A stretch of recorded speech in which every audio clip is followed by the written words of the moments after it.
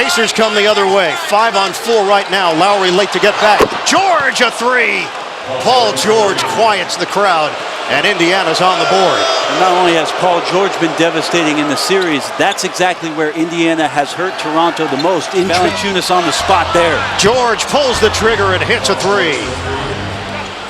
Paul George is putting up immense numbers in this series, and a three-point lead for Toronto. George, contact from Carroll. It doesn't matter. So tough to stop Paul George.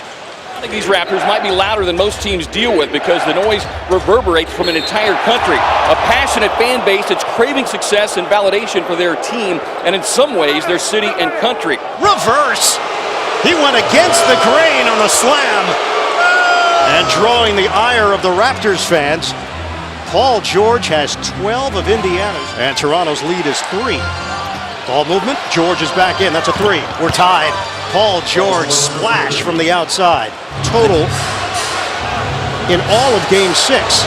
George, the fake, hangs and hits. Paul George. Tough bucket on the inside to give George 17.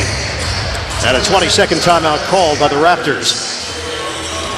40% of his field goal attempts, two-pointers, 60% field goal attempts from three. That's where he lives. Paul George answers with a triple. I'm just going to make mention, Ian, at this point. In the Pacers' 3 wins, they had 30 field goal attempts in the restricted area. In their 3 losses, only 20. George, attack mode. Gives it up for the lay-in. Mahinmi underneath. Pacers on the move. George met by Powell. Off the rim, he's fouled. 3-point territory, Paul George. George stumbles, crosses over, and hits. Unbelievable. I mean, for him to keep his balance there, I think his hand even touched to get to the middle. Paul George starting to warm it up.